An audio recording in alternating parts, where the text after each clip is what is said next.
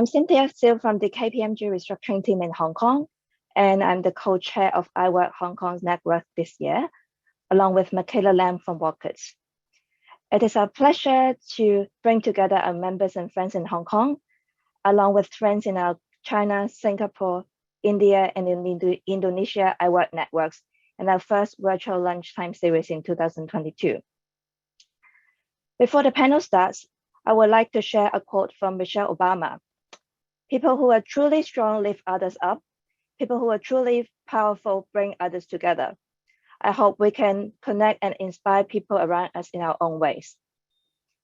Today, we are delighted to have Aruni, Colette, Mustafa, Pooja, and Emily joining us.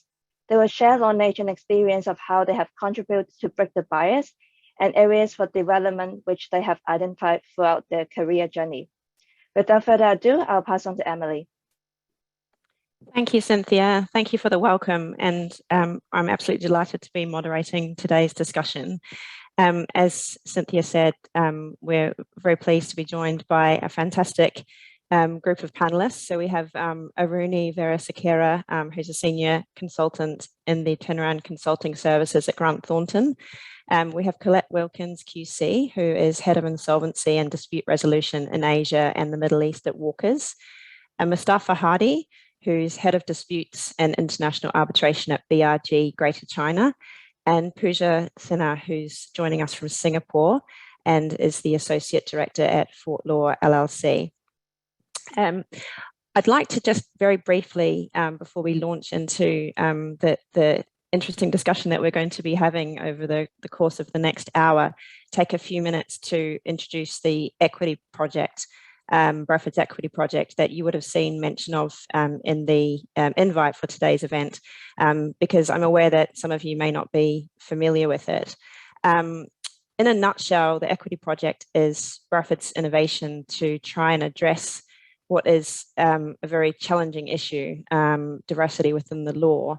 And to give a little bit of context and to take a step back, the crux of Burford's business as a litigation finance firm is financing law. So we provide financial solutions to legal problems and help create opportunities for law firms and their clients to think about how they do law and how they finance it differently.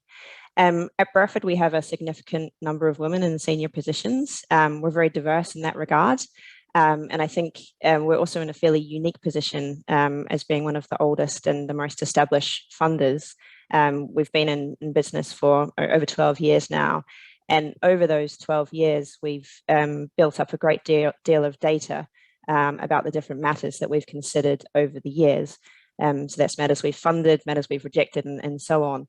And a few years back, we took the opportunity to dig into that data to see what we could learn from it. And one point that we specifically wanted to drill down into was regarding gender, information about what we were seeing in our data on this.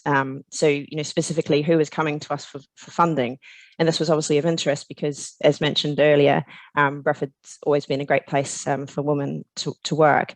And what we found, unfortunately, was that a very tiny number of cases that we were seeing come in the door, let alone cases that we were funding, were being run by women lawyers. So that really was the light bulb moment, and that was the genesis of the equity project. So we started thinking about what runs law firms, and although it might sound a bit crass or a bit basic, ultimately it's money. So law firms are about revenue in. It's about who can build a book of business, who can create revenue, who can bring in business. And it's those lawyers that get promoted into senior positions, partnership and leadership positions. So the original phase of the equity project was launched a couple of years ago, and we earmarked 50 million to promote women in litigation. We had a number of criteria that focused on ensuring that women were ultimately being credited with bringing in the business. And the idea was not just to fund a couple of cases, but to really think big. So basically, when women are generating business, as I mentioned, they end up being promoted to the senior positions. They get to sit on compensation committees, executive committees. And when women have a seat at those tables, then that's when they can really influence decisions that are being made about the firm's policies and the culture. And that's really where the change is going to start and where we can start to shift the paradigm on diversity in law. Late last year, we launched Equity Project 2.0, and we did that after committing the full 50 million. We actually committed 56.7 million in the first phase. So the second phase, we've earmarked 100 million, and the scope's been expanded slightly from women to also include racially diverse lawyers. And the criteria to qualify for equity project funding is very broad, to encompass as many potential qualifying lawyers as possible. So at the very least, the equity project forces a conversation. It challenges lawyers and it challenges clients to challenge their lawyers to think about, the composition of their team, and, really engage with some of those issues that the big law is grappling with on diversity and inclusion. So now to get into the discussion with our panelists today. So I'm going to start with an opening question, because obviously, as Cynthia said, this discussion is centered around the International Women's Day and the 2022 campaign theme of Break the Bias. And inherent in that theme is a recognition bias and stereotypes have been deeply ingrained into our working norms. And I just want to discuss how this influences the way we work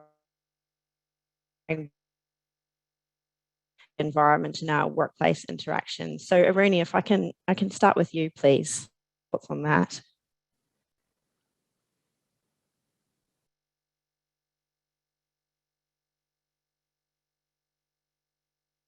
Sorry, Aruni, I think you're on mute still. Yeah, 2 years on, we still fall into the same trap. Thank you, Emily, and welcome to everyone. Thank you to the Hong Kong board for inviting me to be part of this event. Emily wanted me, just to give you a bit of background about myself in terms of my diversity and inclusion and where that passion came from. I think it was IWIRC. Jackie Walsh and I co-founded IWIRC Hong Kong in 2005, and it was to address this gender imbalance, at least in the restructuring industry at the time. And my journey with IWIRC has continued. I went on to hold multiple board positions, and I'm privileged to be sitting on the advisory board. As part of that, even IWIRC decided it would take up the diversity and inclusion challenge, and last year, in its first year, it committed a committee. So I was part of that initial diversity and inclusion and belonging committee. Pooja now co-chairs that, but I'll leave her to tell you more about that. Starting from that, I started working with a lot of, within the organization. I was previously with Alvarez and Marcel. I helped launch a sort of mentoring program. I was part of their initial D&I program. And more recently, I've started working with charity, doing charity work. And then I realized it's more than just diversity and inclusion. The equity part of it is so necessary, so compelling. So that's just a bit about where my passion for diversity and inclusion comes in. In terms of bias, we are exposed to information that travels at breakneck speed, and we need to process it, we need to filter it, we need to make sense of it, be it at work, at home, socially. Most people are human, so how do we do this naturally? It takes exceptional people to be bias-free, and I know there are some exceptional people who are superhuman, but bias generally gives rise to predisposition, partiality, preference, and prejudice. In turn, prejudice, in terms of by what we think, leads to discrimination in what we do. This then is what makes bias so detrimental and so damaging. Over the years, empirical research has shown that there are several factors that influence decision-making. And one of those factors has been cognitive thinking bias. And in order to get past it and to try and address how it influences people and how this influence impacts our outcomes, I guess us in the corporate world at least have been bombarded, and we've had it drummed into us, the whole concept of success in an organization must come from inclusion, when having an inclusive environment in order to engage employees to perform at their highest level and at their, bring their best to work every day. And to that end, one of the ways to do this was to have a better understanding of the unconscious bias and the implicit bias that sometimes, not sometimes, but that does end up as part of our thought process. So I think we have to admit that organizations being made up of human beings have recognized that unconscious bias is a big factor. There's been a lot of organizations that have taken up, unconscious bias training to try and address this. And I think it is the acceptance of the fact that this training not only provides us with ways to recognize what biases we might harbor, but also it is important because it gives us certain tools to help mitigate and overcome these biases. So in the absence of, conscious awareness of how bias affects us, the limitation is that it influences the work we do. If you think about hiring processes, the way we approach hiring, promotion, bonuses, succession planning, all of these are impacted by the decisions that are made and the outcomes in that what we do. Most organizations these days have a hiring process, which includes screening, background checks, credential checks, all that. But it's that next step, I feel, that usually ends up being more unscripted, and therefore that's when the sort of biases and human element comes into it. Simply, wanting to be inclusive these days is not enough. We have to translate that into action.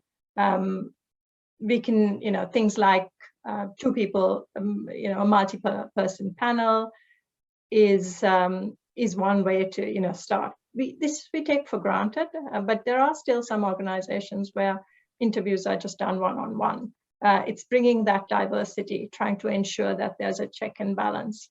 One thing I have started implementing is when we discount a candidate, I go back and revisit the criteria, the matrix, the expectations. What was it that this person didn't, why was it that this person did not make the cut? And it's a useful tool because it sometimes helps, helps us realize that that we need to revisit and or have another look at why these candidates did not succeed. Because if you think about it, on paper, they came in because they had all the criteria. A recent McKinsey study revealed that minimizing gender bias in hiring, performance reviews, and promotions makes huge economic sense. They found that 81% of top performing companies benefited from this, such policies, as opposed to 55% of overall companies. Now, as we strive to ensure gender bias and greater diversity, we should be extending that to race, socioeconomic, and other factors. And it is traditional organizations, things like the importance of networking, language requirements, and stuff like that. Those are sometimes the roadblocks to candidates coming on board, because if you're looking for a candidate that can automatically give you access to this whole network of people, who their fathers are, who their other sort of school alumni and stuff like that, those things we need to just be much more aware of that. And that's where I think diversity and inclusion, to truly live diversity and inclusion, we have to address that. The other point I wanted to make was, if you think about where significant decisions are made, like promotions, remunerations committees, it's important sometimes to look behind who sits on those committees. I know a lot of organizations have moved towards 30% partnership, women in partnership and stuff like that.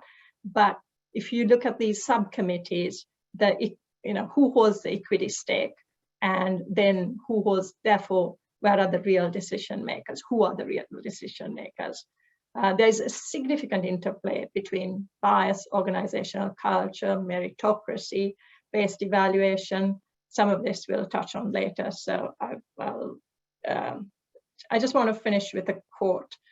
Someone once said, "Equality of opportunity at work is not just a women's issue."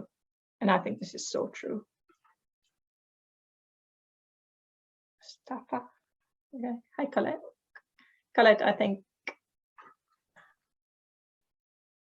Sorry, I was just going to say thanks, Aruni. I really appreciate that fantastic broad intro, and I think a couple of points that really resonated are the point about equity. We can't overlook that as being a key part of the diversity inclusion a piece, and we all should be conscious of that. And I think it's fantastic that you are so aware of unconscious bias, and the point that you actually go back and reassess and question how the hiring processes work at GT, and are really conscious of actually reassessing that. I think that's two fantastic points, and something that we can probably all take on board. Colette, do you have anything to add on that particular point? And I know specifically, and obviously I'll let you introduce yourself and share with the audience a little bit more about the work that you're doing in the diversity and inclusion space. But I know that you have a particular interest in socioeconomic bias and class bias. So I guess maybe if I can invite you now to share with us your thoughts on that. Thanks very much, Emily, and I really appreciate the chance to be involved in this panel.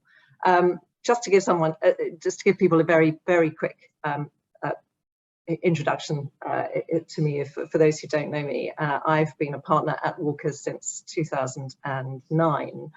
I was a barrister in London, and I qualified as a barrister in the 1980s and got one of those very coveted pupilages in a chancery set of chambers. And that wasn't easy to do back in the day, and it was perfectly acceptable for the head of chambers at the time to say, we have one woman in chambers, do we really need another one, when my candidacy was being discussed. It was quite extraordinary, and I sat in on interviews for pupils, which colleagues in chambers felt again that it was appropriate to say, are you going to get married and are you going to have children? So I'm very happy to say that we have moved on a great deal from those days. But we've invested a lot at Walkers in diversity and inclusivity training. And I'm slightly ashamed to say that it was that training that made me realise that there is much more to diversity than the differences we can see. And I had, up till that point, thought very hard about making sure we were gender equal, making sure we were racially equal, but I hadn't thought very clearly at all about socioeconomic diversity. And the reason I'm ashamed of that is that I came from a background which certainly didn't suggest that I was going to succeed at the bar. And indeed, I was laughed at when I suggested at school at the age of 11 that I was going to be a barrister. So I really should have known better, and I should have thought about it. And as a result of the training, I am now focusing on the barriers to entry that there are for those who are economically disadvantaged. And the question, I think, was, do our working norms reinforce stereotypes? Well, I think they can, and we need to be very careful to stop them doing so. One of the things that we are all guilty of doing and have done, I think, in the past is hiring people who are like us. You know, we tend to want to surround ourselves with people who we have some affinity with, and we have got to break that bias, and we will only become stronger if we can do that. We tend to sift CVs very quickly because we get a lot of them, and we tend to therefore rule out those who are not academically excellent. Now, of course, you have to be able to succeed in our profession, but I think we all need to dig a little bit deeper when we get a CV and not just rule out CVs because they don't make a particular cut. And finally, I'd like us all to consider how approachable we appear to be as an organisation. When I went to visit Lincoln's Inn and the Royal Courts of Justice as a teenager, because I still had this desire to be a barrister, I was completely overawed by the grandeur of the buildings. And to be frank, in my head, each of the buildings had a keep out sign on it. It just looked to me to be far too difficult to break down the barrier to get in there, because this was not the world in which I belonged. And as a result of that, I went away and did a different career for a few years before I got up the courage to become a lawyer. So we also need to think about our own working environments. Do we have such fancy, glitzy buildings that we appear to be an unwelcoming place for those who don't come from a background that feels at home in that sort of environment? And I'd like us all to consider that. And the other thing that I certainly want to do on the socioeconomic front is reach out to students at a very young age, 12, 13, to try to get them interested in a career in this field, because at that stage they haven't lost their confidence and they can be made to feel at home in the sorts of places where we all work. Thanks, Colette. I think that's excellent food for thought. And I mean, I think, you know, you're spot on when you say we tend to gravitate towards, you know, hiring people like us. But I think also, even once people are on board and part of the team, notwithstanding the fact that we might endeavour to have a diverse team, I think we also gravitate towards working with people who are like us.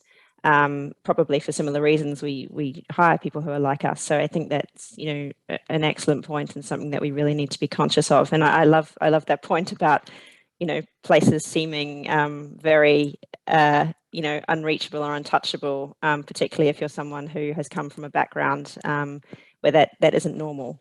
And I think that's something that we really all should give further thought to, and that frankly I'd never really thought about, but actually, you know, it absolutely can be extremely daunting being in that position. So Pooja, I'd like to just turn to you now in developing on this theme. So some of the research that Burford did back in 2020 was quite interesting, and we found that 60% of GCs that we spoke with emphasised that factors such as bias, historical inertia, and especially work-life balance are primary obstacles to improving diversity and equity. And this is developing the points that Colette and Aruni made about the tone of the corporate culture that we may have within the insolvency and restructuring space. Do you think that tone has to change to allow room for greater diversity to thrive? Hi, everybody. Thanks, Emily. Before I respond, just a quick introduction on myself. I'm an international lawyer partner in a Singapore law firm based in Singapore. I've been associated with IWIRC for over a decade now as Asia Networks Director, Singapore Chair, and most recently, as Aruni outlined, I've taken over as co-director of IWIRC's Diversity, Inclusion and Belonging Committee, which is now in its second year. So I think, you know, it's interesting because I've had, I think, both direct personal and, of course, professional experience of, you know, how diversity and inclusion can work. So I think just to, you know, respond to your question first, Emily, in terms of, you know, what do we need to change within the restructuring and insolvency industry, specifically when it comes to gender diversity issues. I think let's just talk about some of the specific issues in the industry. And I think those who are in this industry will know it well. I think it's it's, you know, the usual challenges of there being somewhat of a boys' club, just in terms of numbers, there being, you know, more men in the industry, and then that just having sort of a disproportionate effect in terms of, you know, how business is referred out, you know, within the community as well. I think there's also, you know, I think the industry has just sort of remained quite traditional. So even if you were to kind of pick up, you know, a list of panelists for a restructuring and insolvency industry, you're going to have more panels in there than events in other industries. So, you know, in 2022, we're still sort of struggling with these kind of basic issues. So I think there's definitely this kind of consciousness issue that is a bit more prevalent in the restructuring and insolvency industry, again, because it's just a bit more traditional, and just because sort of how it's evolved across the world. I think in terms of, you know, changing the tone of corporate culture, I think, you know, and again, specifically for the restructuring and insolvency industry, separate from the industry specific issues, they're the same old issues that need to be addressed. I think work-life balance is sort of the eternal challenge, particularly for women. And the pandemic has obviously had a disproportionate impact on that in terms of, you know, women being the primary caregivers. So how that's actually going to be addressed needs actually much more specific focus than was given to it in the past. And I think I also want to sort of pick up on a few things that Aruni and Colette said, and this kind of feeds into the you know, the broader theme of, you know, what can you do in terms of changing corporate culture. So, you know, just in terms of my personal experience, right? And again, I have to admit, like Colette, to, you know, sort of belatedly recognizing my privilege, as I call it, because, you know, I grew up in India where I was very firmly in the majority, not obviously from a gender perspective, but you know, I was clearly in a class and religion majority. And then I moved as an immigrant and have lived as an immigrant in Singapore and in London, where suddenly being a minority was, you know, a brand new experience. And it just, you know, came with various bells and whistles. And of course, I worked in, you know, large organizations, for the most part. They all had, you know, wonderful diversity programs. But I think just picking up on the points made earlier, I think some of the discrimination can be invidious, it can be unscripted, and I think that's the main challenge, because you really have to have a corporate culture that addresses that, and, you know, really seeks to make the workplace inclusive in a very sort of real day-to-day sense, and, you know, separate from, of course, you know, hiring diverse candidates and all of that. So, you know, just as an example, you know, how you network in London was, you know, hitting the pub until 11 p.m. and then just bouncing back into a regular work day the next day, which was, you know, brand new for me. I think in India, you just, you know, go have meals with your colleagues. It didn't really even have a drinking culture, you know, back then when I was in my early days in India. So I think they're just these sort of these kind of implicit biases that seep into corporate culture that I think organizations need to be mindful of, because, you know, it can just otherwise, you know, discourage women from continuing, and of course can have an adverse impact on professional outcomes as well.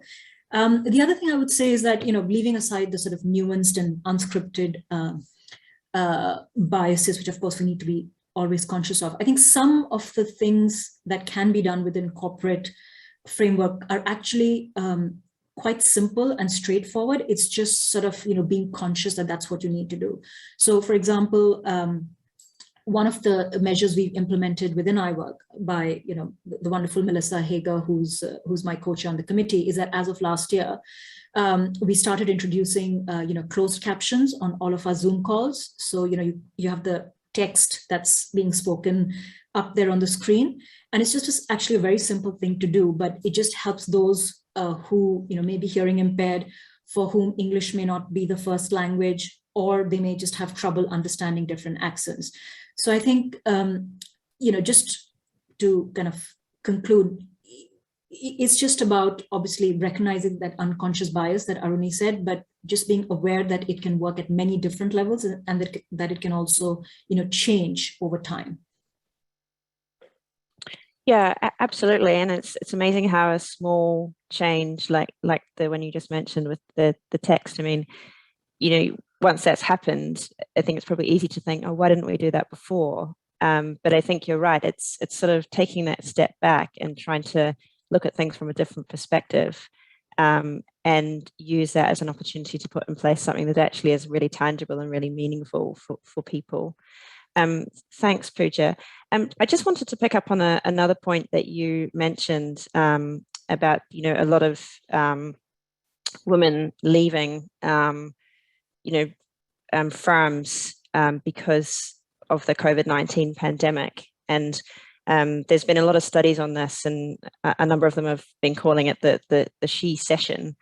And I think it's clear that the pandemic has intensified and highlighted many issues that, you know, women in firms, whether that be, you know, law firms, accounting firms, or, you know, other firms in the insolvency and restructuring space, are facing. And I mean, obviously in Hong Kong, we're still facing, you know, the impacts of COVID with, you know, school closures and other COVID related challenges.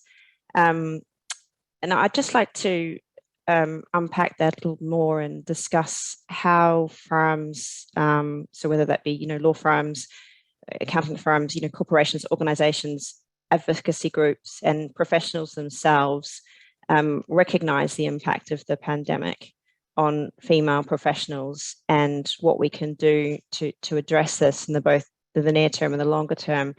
And Mustafa, I know that BRG has recently published some insights on this, and there was a particularly interesting article that you published late last year on the particular issue, and it highlighted some pretty staggering statistics of, you know, exit from the workforce of female attorneys.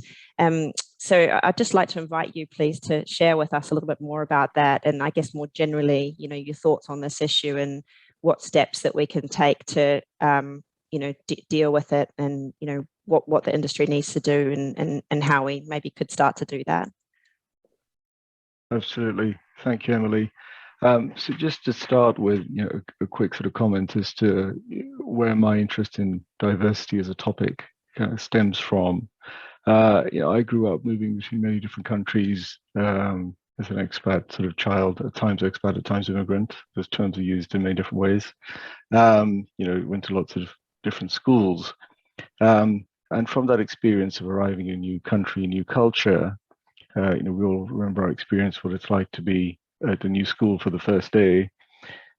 Became very aware of how people can be treated as being, you know, different or being the other in that period of time before they kind of, you know, assimilate and so on. And also saw the benefit sometimes of being a little bit of an outsider in a society and being able to see things with a fresh perspective and a fresh lens. And in the work environment, I think issues of diversity, whether it's gender, whether it's race, ethnicity, socioeconomic, you know, sexual preference, all of these things, is very much, yeah, a question of, as Rooney said in the opening comments, you know, unconscious bias. You know, bias is inherent in human behavior, and it's impossible to escape it. But if we can work on being conscious of it, so that we're not, you know, we're not preferring the opinion of one group over another unconsciously, there's a massive economic cost for organizations, a massive loss of our most valuable asset, which is the intellectual capital, by not taking the opinions, the ideas, the innovation that all of our members have to offer. That is lost by that. It's interesting that you mentioned the pandemic and the impact that's had. A piece that one of my colleagues in the US published in December, Dubravka Tosic, found that 104,000 female attorneys have left the workforce in the US over the course of a pandemic over 18 months, which is a staggering number. And 37% of these were Black women attorneys, so a disproportionately high proportion, a disproportionately high number of ethnic minorities, you know, within that. And I think, you know, this is not something that people are immediately aware of.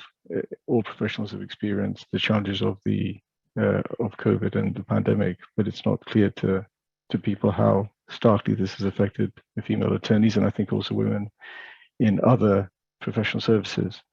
And in many sort of extenuation of longer term trends, the issues that have always been there, but they're exaggerated in a time of crisis. So, caregiving responsibilities, the lack of flexibility in the working environment and so on, all the things that are some of the barriers to women progressing to more senior levels in the workforce and so on, have really been accentuated by the pandemic and driven these issues. So I think there is an opportunity to make people aware of that and for them to see this in really stark terms and to try and make an impact that is longer term rather than just the pandemic. I think you asked earlier about the importance of setting the tone, and I think that's an absolutely critical thing within any organization, because sometimes we try and measure diversity of various kinds through metrics and so on, and that's all very important, but it's impossible to capture something that is so intangible, purely in cut and dried processes and procedures.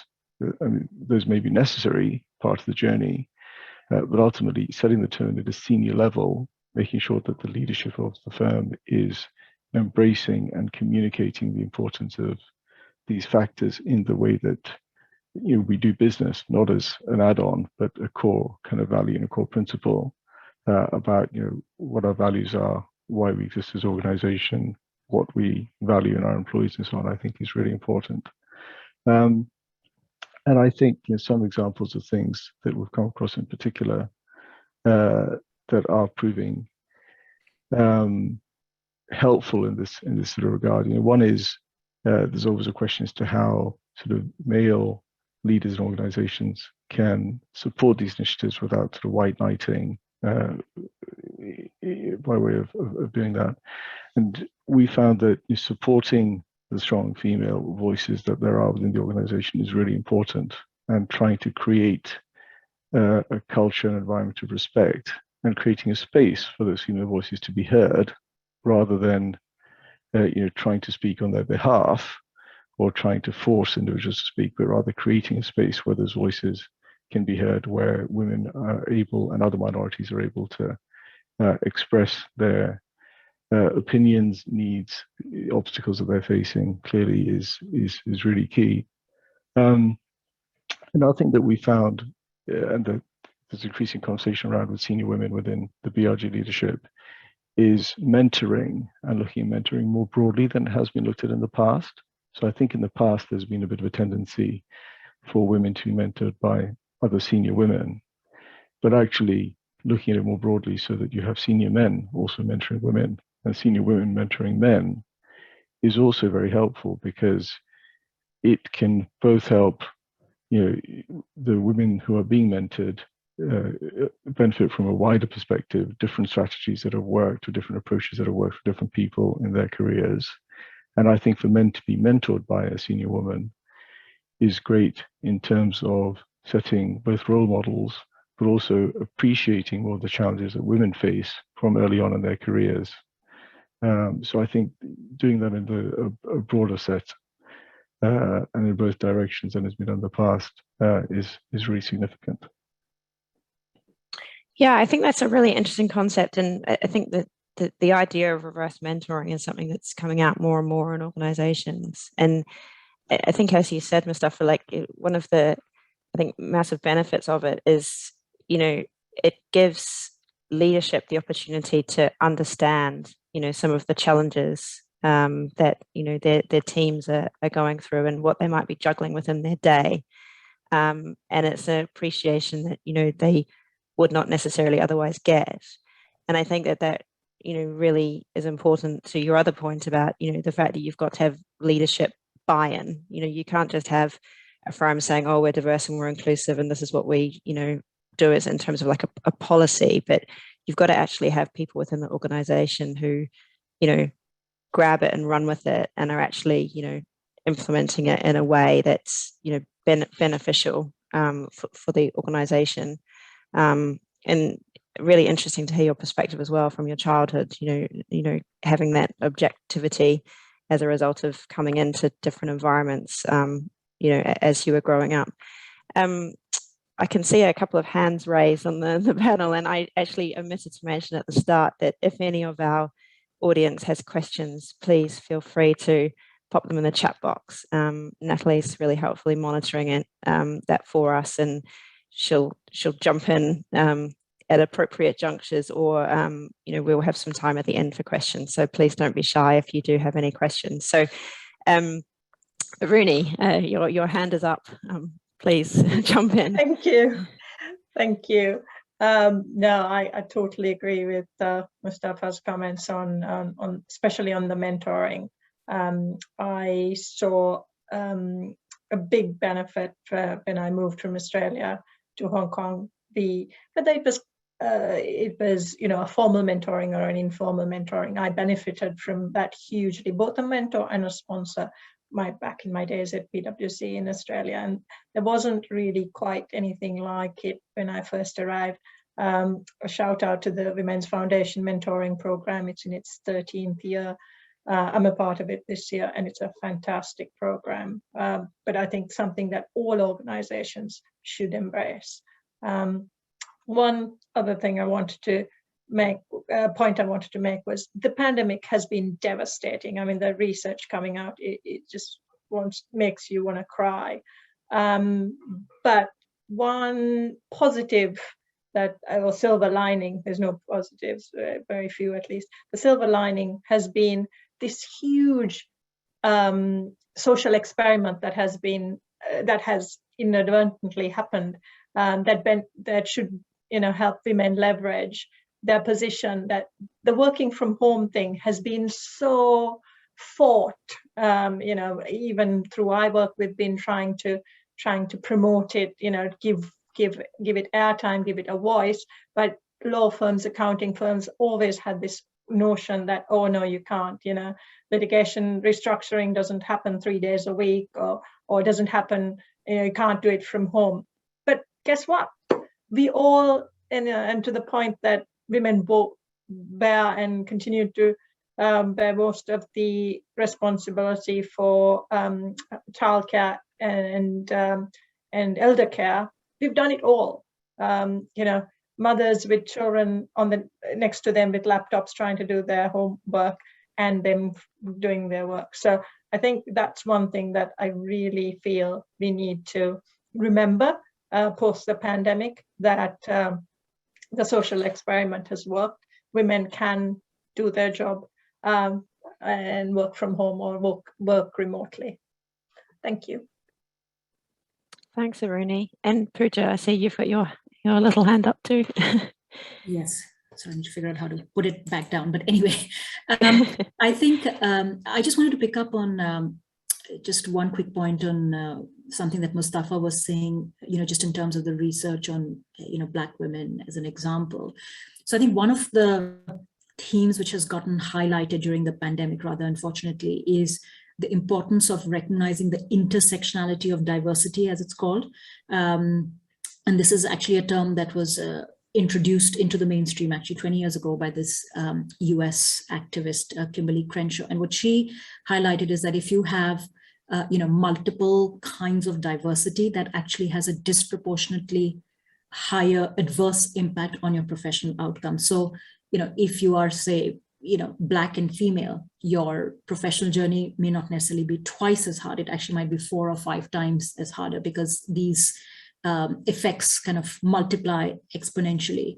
And I think this is exactly what we're seeing in the statistics that Mustafa outlined as well. So I think gender equality and equity is, of course, the main issue that we're talking about here, but I think these other intersectional issues are even more important than before in light of the pandemic, and we need to sort of have organizations take active measures to develop programs that take those intersectional factors into play as well.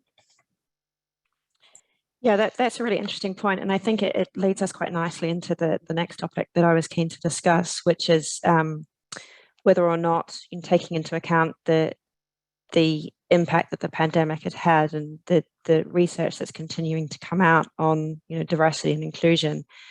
And I'll direct this question to you, please, Colette, if I may. Do you think that firms in light of what's happened over the past few years and this ongoing research, need to revamp their diversity efforts? Do you think that firms that are working in the insolvency and restructuring space are gearing their efforts more towards marketing and profile rather than tangible outcomes around talent? Is that something that we need to, start thinking about changing? I think they're all interlinked. To be honest with you, I don't think you can separate, diversity from businesses wanting to make a profit, because unless you're a charity or a not-for-profit organisation, you are in business in order to generate income. And so I don't think we should be focusing on diversity as a nice to have. I think we have to see it as critical for our businesses to grow and succeed. Clients are seeing it. We all benefit, and our teams are much stronger from having people with different backgrounds, whether it's gender, socioeconomic, race. And so to give our clients the best possible service, we need a diverse group of employees. So it isn't just about marketing. It isn't just about having the right faces in the team photographs. It's much more fundamental than that. And picking up with what's been said about the numbers of people leaving the profession, the dearth of talent now is such that we have to market ourselves to our potential employees. And part of that is showing that we are inclusive, that we are aware of the need to have a broad base of people working for us. So I don't think you can separate the two. I think being diverse is very much part of having a business that is going to succeed. But I would just make put down one caveat. I am not an advocate for things like we have to have a woman when we advertise a job, because that's a slippery slope. You are then going to find that those of us who succeed are going to be tagged with, well, she only got there because they needed a woman in that role. We have to be very careful that we are training the people that we're taking on so that when they come to be promoted, it's because they are the best and not because they fit a particular box that we think we need to tick for diversity purposes. And our clients, they expect us to be diverse, but they also expect us to be excellent at what we do. We can't have we're ticking the diversity box, but you may then have to accept a product that's not quite so good. They all go hand in glove, and it all starts with who you hire and how you train people. Yeah, absolutely, that makes sense, and that brings us sort of quite nicely actually to another point that I would like to discuss, and that's around setting metrics to ensure accountability. And I mean, you've flagged, some potential downsides to doing so, but I just wanted to unpack that a little bit more. I was wondering, Mustafa, do you think that firms working in the insolvency and the restructuring space should set metrics to ensure accountability? Emily, look, I think this is clearly a difficult issue because there's two sides to it. On the one hand, we all know that unless objectives are smart and measurable, it's very difficult to track the progress is being made. But on the other hand, we're trying to measure something that is intangible, and we're trying to reflect on our sort of decision-making processes to free those of bias, not to engineer, as Colette said, a certain result irrespective of what the inputs have been into the process.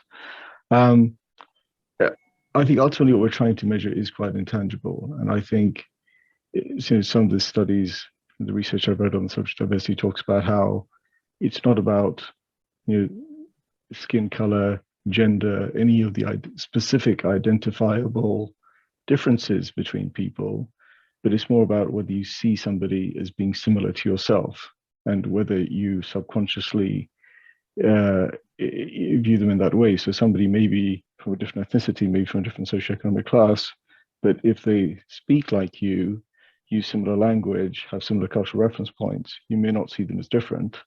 Whereas somebody who ticks all those boxes as being similar, but doesn't share the same kind of cultural references, you may see them as being different. So I think it's intrinsically a very difficult thing to use metrics to measure.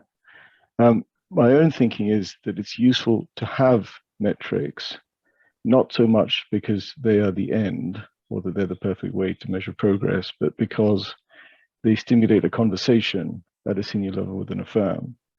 So I think using them in that way, monitoring them so that you have an agenda item to look at these things and to discuss them at a senior level with the leadership of an organization is useful. But I think as a kind of end in themselves, they can lead to that box ticking sort of approach. So I would have them, but I would be very mindful of how they are used and viewed and interpreted, and be reluctant to see them as an end in themselves, because that could be defeating the purpose. Yeah, no, it makes sense. So sort of a middle ground where you're conscious of them and they're in place, but obviously exercise with a degree of caution to avoid the slippery slope that Colette mentioned. I think that sounds like a really smart solution. Aruni, do you have anything to add on that particular point? You're still on mute. Yeah, I think Mustafa's point about it's good to have it there because it's a measure, and unless it's measurable, there's no accountability. It is what I think we need to keep reminding ourselves. If it's a positive, I mean, we've lived with quotas. We have quotas in so many things we do. Our kids get into certain schools because we're alumni. There are places, assigned to siblings. That's a quota system. So it's not so much as being something that's new. It's just how we use it. And I think the discussion around of a quota system to enable people to give them a leg up is not a bad thing, because in an organization, if you've got to a certain rank or a certain point in your career, you've got there because you have those fundamentals. I think we need to put a positive spin to, it's not taking away from someone so much as giving, looking at what else can be done to increase that sort of opportunity. And it must be seen as an opportunity because diversity makes perfect economic sense. I mean, the overwhelming consensus is that it makes economic sense. There was a recent study by McKinsey that said that if we the loss in women in the workforce, if you put a positive spin to it and you do increase the 53% or whatever loss in the workforce and bring them back, then there's something like 3.8 trillion or something in by 2030 that'll come back into the economy. So I think that's what we need to put a positive spin. Otherwise, you're right, as Colette said, you don't want to be the woman who, you don't want to be the partner who became one because, you were trying to fill an ethnic minority and a gender, tick 2 boxes and give the firm its listing. I think clients, the other thing is clients demand it now. There is no getting away from it. The profession is lagging. My top 100 clients basically now want us to report matrix, and they don't want it. They're like, we don't want you just diversity at the pitch stage. We want it at the engagement stage. We want it right through, and we don't diversity by grade. The last one we got asked for from one of the big financial institutions. So they don't want, okay, we have 40% diversity, but where is it at the different levels? So we need to catch up, and including, even places like the stock exchange are coming to the party. They're now mandating, they're moving away from that comply or explain policy to we need at least not a single gender board. So that's my thoughts on it. Thank you. That's interesting, and I think it's interesting the degree of focus that clients are now having. As you said, to have to split the data in such a way that they're really honing in on not just do you have a diverse team, but exactly how that it is structured, and really putting the onus on the firms that they're working with, and using their buying power to help sort of address some of these issues. And I think it's fantastic that that is becoming such a focus of clients now, because it is sort of forcing the change and in congratulations many ways. To places like Burford Capital, because it's organizations like Burford and with the equity project that there will actually there's some bite to the ask now, and there's no reason not to. You've put more economic sense into the argument than before. So thank you. Yeah, thank you. And I think you're right. It's about finding these practical levers. So, not just talking, but, really, really finding that. And if we have to be pushed by our clients to find those practical levers, that's only a good thing. Thank you very much. Look, I'm conscious of time, and I'm conscious that I said that I would leave some time at the end for questions. So just turning it over now to our participants. Does anyone have any questions? I guess maybe Natalie, has anyone popped any questions in that we can put to our panel at this point? I think Colette had her hand up, sorry. Oh, apologies, Colette. No, it was simply to endorse what is said, particularly about metrics needing to track not just the number of women, but the roles that they have in the organisation. That is really important, and I'm glad to see that a lot of clients are picking up on that. Excellent, thank you. I think, Pooja, you've now popped your hand up. So while we're waiting for any questions from the floor, Natalie, I'll let Pooja jump in. So I think, of course, I'm all for metrics being a good thing for all the reasons that everybody said, but I just got a slightly contra perspective to share here. I have my own practice and I work for a smaller firm.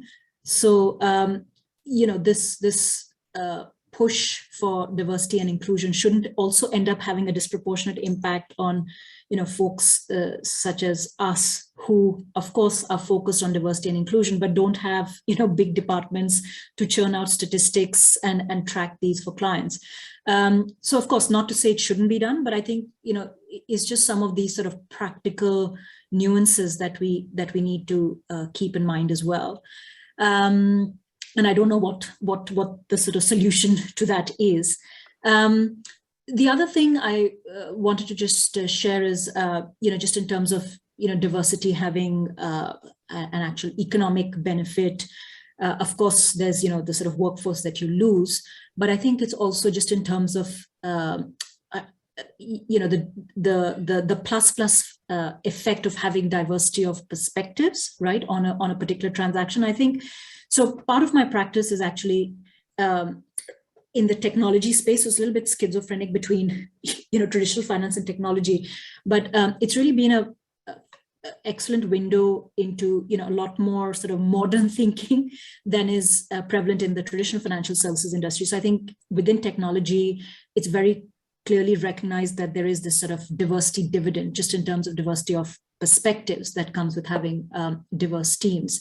So I think, I'm somewhat hopeful that as the financial services industry becomes more modern as well, I think, there'll be sort of just more kind of osmosis of these kind of ideas, which I truly believe the technology sector, for one, has really taken to a different level. Not that they've achieved, the perfect outcomes yet, but just because, I think they're somewhat further ahead in their thought leadership, and also because a lot of them tend to be based out of the US, where obviously it's been sort of front and center of a lot of thought leadership on diversity and inclusion issues as well, notwithstanding all the US bashing that I know several of us like to do. Yeah, I mean, that's I think another great point about, it's always good to have a comparison, and it's always good to sort of check your own industry against what's happening elsewhere. And obviously, you're not always comparing apples with apples, but you having the benefit of sort of straddling both and seeing how they're moving differently. I think that's excellent, and it would be great to see how some of those initiatives in other industries that are making things work could move into the insolvency and restructuring industry as time goes on. Natalie, do we have any questions from? I don't think so. there's nothing in the chat. So if anyone wants to unmute yourself and ask, oh, I have one.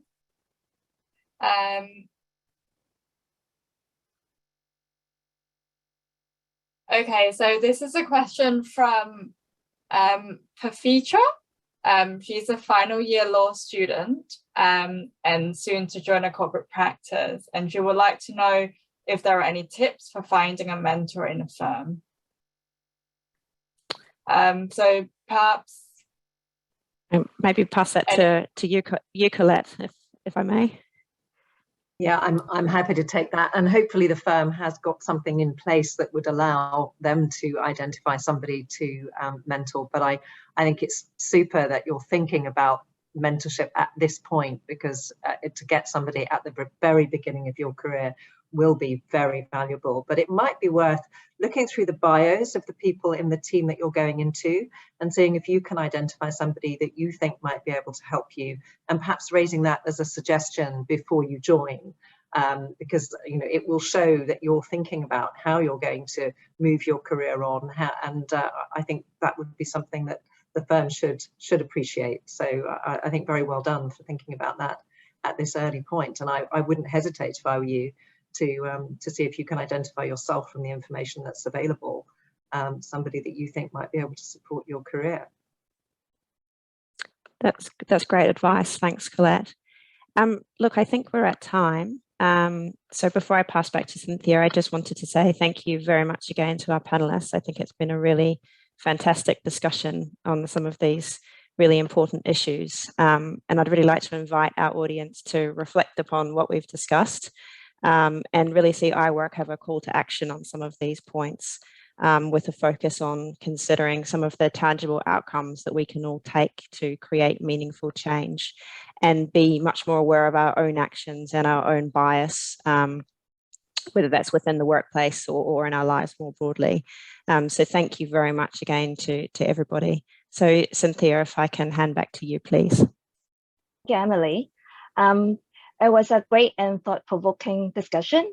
It is very encouraging to hear about the initiatives that are put in place to support diversity in the workplace. I've made reflections on myself and picked up some new thoughts. I hope everyone do. On behalf of IWIRC Hong Kong, we would like to thank you for Emily to moderate the discussion, and the panelists for their time and the inspirational sharing. I would also like to thank the organizing committee, Natalie Lam of Tillett, Keisha Laurent of Clifford Chance, and Michaela Lam for their time and efforts in putting this event together. While in Hong Kong, we are restricted to organize in-person events now, our team are planning events in the coming months, including a virtual networking. So please stay tuned to our emails and social media for updates. Thank you everyone for joining, and I wish all of you a great day.